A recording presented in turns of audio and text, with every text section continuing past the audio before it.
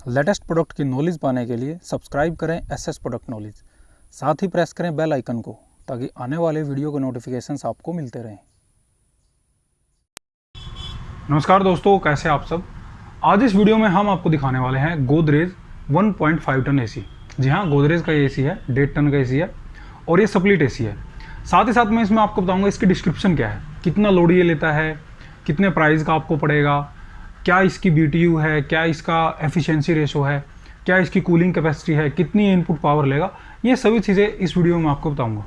तो मैं संग्राम Singh SS product knowledge YouTube channel पर आपका स्वागत करता हूँ। तो चलिए शुरू करते हैं आज के इस वीडियो को। देखते हैं गोदरेज का 1.5 टन एसी और इसकी अनबॉक्सिंग, और चैनल को सब्सक्राइब जरूर करें। अगर आप इस प्रोडक्ट को लेना चाहते हैं तो डिस्क्रिप्शन में इसका लिंक भी है।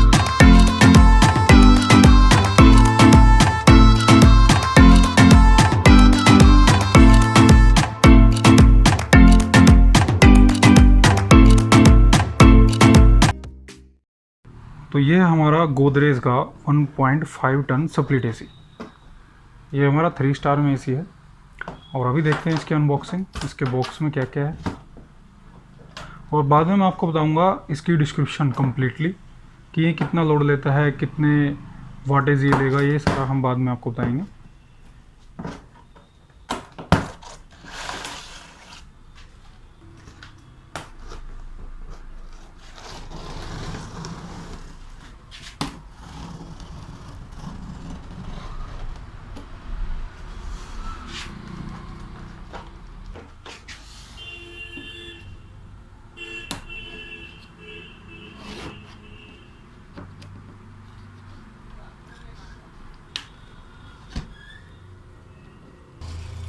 तो ये है भाई हमारा गोदरेज 1.5 टन एसी।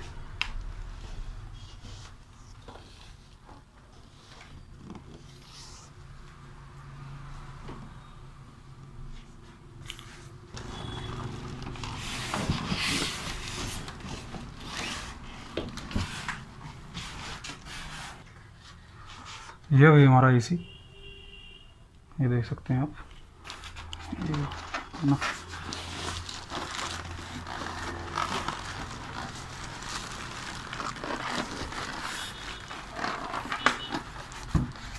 ये भी इसकी डिस्क्रिप्शन देख लें एक बार।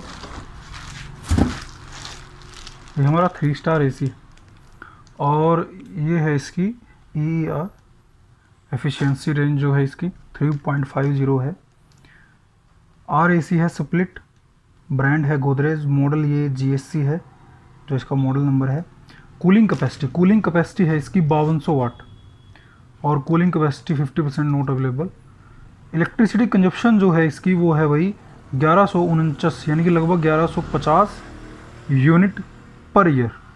कंप्रेसर है, सिंगल स्टेज कंप्रेसर है इसमें, हीट पंप इसमें नहीं है। तो ये है इसकी, और जो मेन होती है हमारी वो होती है EER, जो हमारी एफिशिएंसी रेंज है, ये 3.50 है, क्योंकि इससे ही हमें ये आंकलन लगता है कि ये कितने यूनिट लेगा या ये कितने वाट तक लोड लेता है। तो ये है इसकी अनबॉक्सिंग, और अभी देखते हैं इसके बॉक्स में क्या क्या है। तो ये है इसका बॉक्स भाई, ये है वायर, जिस वायर से आप इसको कनेक्ट करोगे, जो इसमें लगती है आपके स्प्लिट एसी में। और ये है इसमें, ये खोलना भी एक बार इसको, इसमें रिमोट होगा इसका, और जो रिमोट के जो सेल वगैरह हैं वो सभी इसी के अंदर मिलेंगे आपको।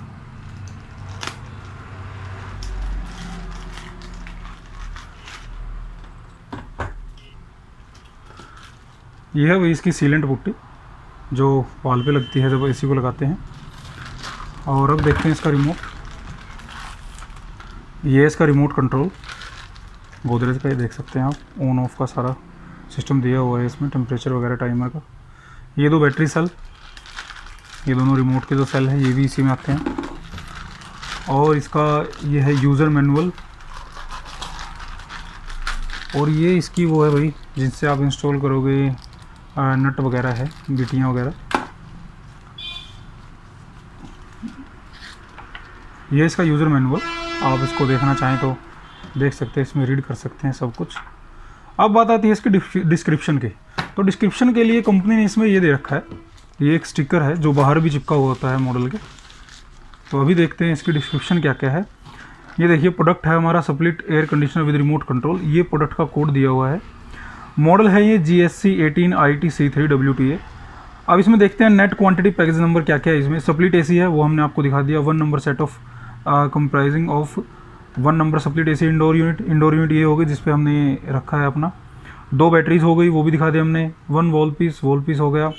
कनेक्शंस केबल हो गई, सीलेंट पुट्टी हो गई, इंसुलेशन टाइप हो गया, रिमोट कंट्रोल हो गया और ये यूज़र मैनुअल हो गया। तो ये सारा इसमें है। Net quantity package number 1 outdoor unit 2 connections 5। उसमें जो आउटडोर यूनिट है उसमें एक आउटडोर यूनिट होगी और 2 कनेक्शंस 5 जो हमारी 10 फुट की होती है कनेक्शंस 5। अब इसकी थोड़ी टेक्निकल स्पेसिफिकेशंस देख लेते हैं। ये देखिए इसकी जो कैपेसिटी है वो है 5200, यानी कि कूलिंग कैपेसिटी है तो 5200 वाट, जो हमने यहाँ पर भी जो कंपनी ने मेंशन किया हुआ है। ये देखिए, ये मैं आपको दिखा देता हूँ एक बार। ये जो यहाँ पर भी 5200 वाट कंपनी ने मेंशन किया हुआ है और यहाँ पर भी है 5200 दिया गया है। इससे हमें आइडिया हो जाता है कि ये हमारी कितने वाट लेता है। वोल्टेज हो गई AC की, ये हो गई। इनपुट जो पावर है वो ये लेगा 1485 वोट, यानी कि 1485 वोट ये इनपुट पावर लेगा। नेट वेट है इसका 11.5 किलोग्राम। ये इसकी मंथ और ये मैन्युफैक्चरिंग अभी 12/2020 को इसकी मैन्युफैक्चरिंग हुई है।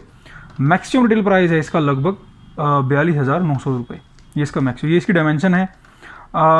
हाइट, विड्थ और इसकी जो डेप्थ है ये है भाई 29.50 सेंटीमीटर और 1 मीटर इसकी जो विड्थ है और जो इसकी डेप्थ है वो है 23 सेंटीमीटर। ये मैन्युफैक्चर बाय एड्रेस हो गया। तो ये इसकी थोड़ी टेक्निकल स्पेसिफिकेशन हो गई। ये जो हमारा होता है इनपुट पावर, ये होता है हमने 5200 जो हमारी कैपेसिटी है टोटल, और ये जो हमारा EER है ये 3.50 है। तो जब हम 5200 को 3.50 से डिवाइड करेंगे तो हमारी इनपुट पावर निकल कर आती है। ये ऐसा फार्मूला है, अगर आप किसी भी AC का चेक करना चाहें इनपुट पावर तो इस प्रकार से आप चेक कर सकते हैं। जो उसकी टोटल कूलिंग कैपेसिटी है उसको डिवाइड बाय आप EER, ये होती है हमारी स्टार रेटिंग। ये 3 स्टार में कुछ मिलेगा आपको, 5 स्टार में कुछ मिलेगा, 4 स्टार में कुछ मिलेगा, 2 स्टार में कुछ मिलेगा। तो यहाँ से उसकी वोल्टेज निकलती रहती है कि ये कितने वोट पावर इनपुट लेगा। और ये जो इसकी जो स्टैंडर्ड इसका जो लिया गया है वो 24 डिग्री सेल्सियस लिया गया है। ये देखिए यहाँ पर बाहर भी लिखा हुआ है कि अगर आप 24 डिग्री सेल्सियस का टेम्परेचर रखते हैं तो उस टेम्परेचर पर ये सारी चीज़ें जो मैंने आपको बताई हैं ये इसकी स्टैंडर्ड एक वैल्यू ली गई है। और अगर आप इससे 1 डिग्री एक्स्ट्रा करते चले जाते हैं तो ये लिखा हुआ है raise your AC temperature by 1 degree, reduce power bills by 6%। यानी कि जैसे ही 1 डिग्री टेम्परेचर आप बढ़ाते हैं तो आपकी 6% पावर जो है वो कम हो जाएगी। तो इसका जो स्टैंडर्ड मात्रक है या जो मापक है वो 24 डिग्री सेल्सियस लिया गया है।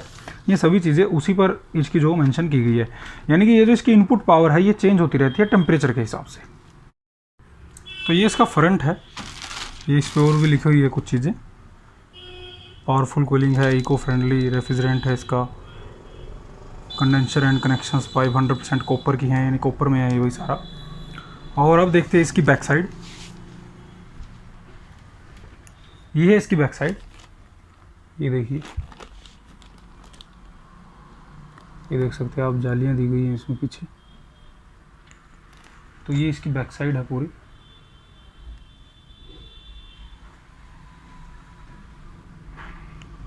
और एक और चीज़ जो हमें कंपनी ने दी गई है, ये जो लिखा हुआ है भाई क्विक रेफरेंस गाइड, कि आपको कैसे AC लगाना है, तो ये भी मैं आपको बता देता हूँ। ये देखिए, तो ये जिसमें पहले जैसे हॉरिजॉन्टल लिखा है, हॉरिजॉन्टल आप AC को लगाएं। अगर इसमें इतना गैप आता है तो ये बिल्कुल गलत है। आप ज़्यादा से ज़्यादा 2-3 डिग्री का एंगल ले सकते हैं बस। तो ये इसका इंडोर लेवल बताया गया है। उसके बाद है पाइप को आपको, जैसे ये उठी हुई पाइप है ऐसे मत लगाएं, पाइप को हमेशा नीचे की तरफ रखें ताकि पानी आपका सीधा इसी में जाए।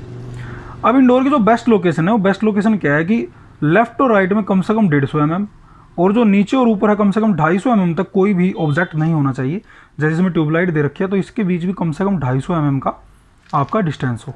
आउटडोर की बेस्ट यूनिट ये है कि आप जब भी आउटडोर को लगाएं तो वहाँ पर कम से कम उसके ऊपर जो है छत हो, ताकि आपका जो है बारिश वगैरह किसी और चीज़ से ख़राब ना हो। तो और भी चीज़ें इसमें दी गई हैं। ये हमारी जो है 16 एम्पियर का 3 पिन सॉकेट दिया गया है, इसको ना यूज़ करें, इसको आप यूज़ करें वोल्टेज को। कैपेसिटी रेंज दी गई है, स्टेबलाइज़र कितने का लगेगा, जैसे 1 और 1.5 टन का है तो 4 kVA, कम से कम MCV 20 एम्पियर की, 2 टन का है तो 5 kVA और MCV कम से कम 25 एम्पियर की। ये इसके रेफ्रिजरेंट दिए गए हैं भाई। रेफ्रिजरेंट जो इसमें R32 यूज़ होता है और कहीं में R290 भी यूज़ होता है। तो और भी इस पे जो भी आप देखना चाहें, कैसे आप इंस्टॉलेशन के दौरान कैसे करें, ये सारी चीज़ें इस पे दी गई हैं। वैसे ये जो भी आप जिस पे आप इंस्टॉल करवाते हैं वो सभी जानता है इन चीज़ों को। और ये है इसका आउटडोर, ये देखिए ये यहाँ पर लिखा हुआ है इसके कोड वगैरह सब कुछ। ये आउटडोर है इसका।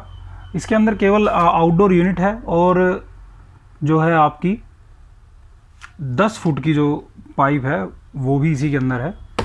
तो आउटडोर को मैं फिर कभी अलग वीडियो में दिखाऊंगा आपको। तो ये थी आज की वीडियो। उम्मीद करते हैं वीडियो आपको पसंद आई होगी। हमारे चैनल को सब्सक्राइब जरूर करें। बहुत बहुत धन्यवाद।